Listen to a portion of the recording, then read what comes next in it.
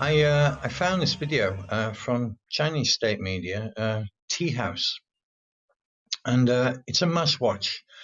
I listened to this guy is a wise man, ex-military, he's an American, speaking the truth about the Western view of China. And he quotes Xi Jinping, that China learned about the world, and the world still didn't learn about China. Note in this video how the money has always controlled the governments in the West. It's always been this way. And also why the West judges China by its own geopolitical misdeeds, by its own dark history. Watch. This is great. Recommended viewing. I think one thing that's kind of sad is that the Western misconceptions about China today are pretty similar to those when I came in '88. There hasn't been a lot of change, but they're similar to what they were 100 years ago.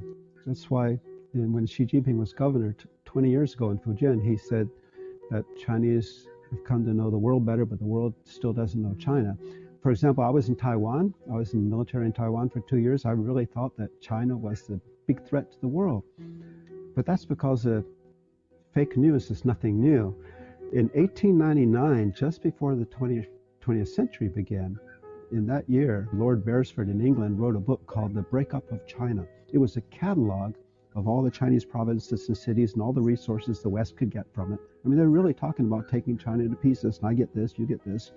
And in the same year, two other books they published was China, the Yellow Peril, and China at War with the World. They're picturing China as the great threat to the world, which is ironic because they were tearing China to pieces, forcing opium on China. Chinese have never gone to a distant country to take over, and yet they were saying China was the threat. It was pretty ironic, but China was a threat to the West because they thought China was finally going to stand up and stop the easy money. That was fake news then, and today is the same thing. They still are paraded, just like in the 70s when I was in Taiwan, the 80s when I first came, and today they're saying China is a threat to the world. China's destroying the world order. Well, what's the world order built on? I mean, it wasn't necessarily a good order anyway. And so the media is very powerful. But when the Second Opium War, the media was used even back then. The British leaders, the Parliament, the entire British Parliament unanimously opposed the Second Opium War. So the Prime Minister just dissolved Parliament, and the media said, we're going to war against China because of the honor of the Queen. They did something bad, and people believed it, and today people believe it. It's not much change in really 180 years.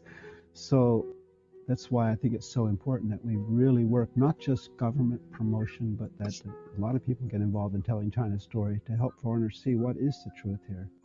That's why I started writing about China. I thought if I write about China, if I write my family and friends, as soon as I got to China, I saw China is not at all like what the media portrayed it.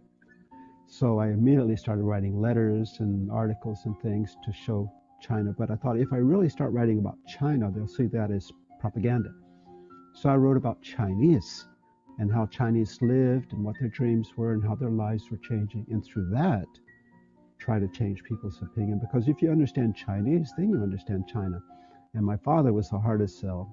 He was in the military 18 years, in Asia 11 years fighting communist China. So he wasn't real happy I came here. But the year he died, a few months before he died, the last time I saw him, he said he finally understood why I came here and stayed here, and he's proud that I did it. And that was, I thought, if my father's can change. So I think the most important thing China will do, besides telling more materials about China, is just its actions in the world. I mean, the world really fears China. But I understand why they fear China, because, I mean, look at history. 500 and something years, how have the Western countries, I tell my students that the Chinese are the best business people in history, because throughout history, Chinese have done real business. They've never had Beijing military navy behind them. Chinese in China and Southeast Asia, they just did real business, whereas for 500 years, Western businessmen have always had the military and the governments behind them. So that's how the West has done things for over 500 years, and I don't think they can really understand that Chinese throughout history have not done colonialism, these kind of things, and they've just done real, pure business, peaceful business. But they can't believe a country this big can be so different.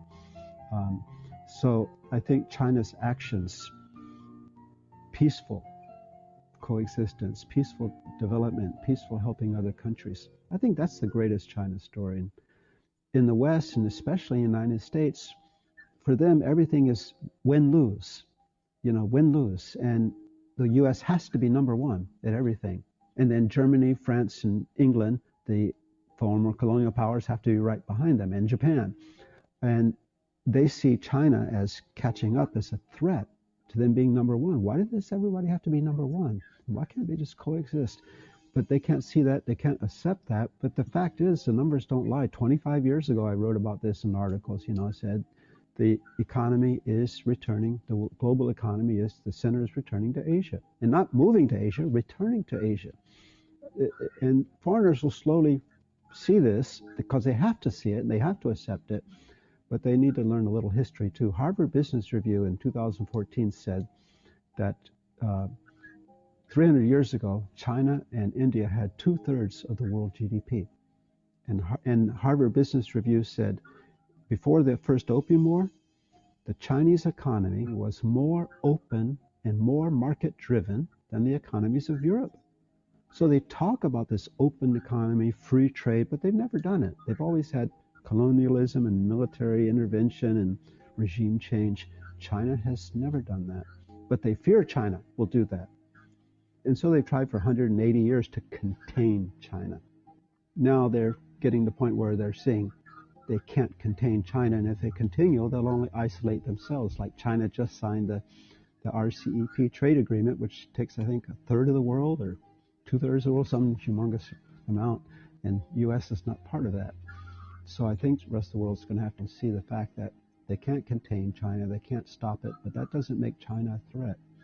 I think China, for the first time in at least 500 years since Columbus Day, I think China can show the world how to peacefully develop. Because in a planet this small, you can't afford to always solve everything with war. So I hope China can teach a peaceful world order.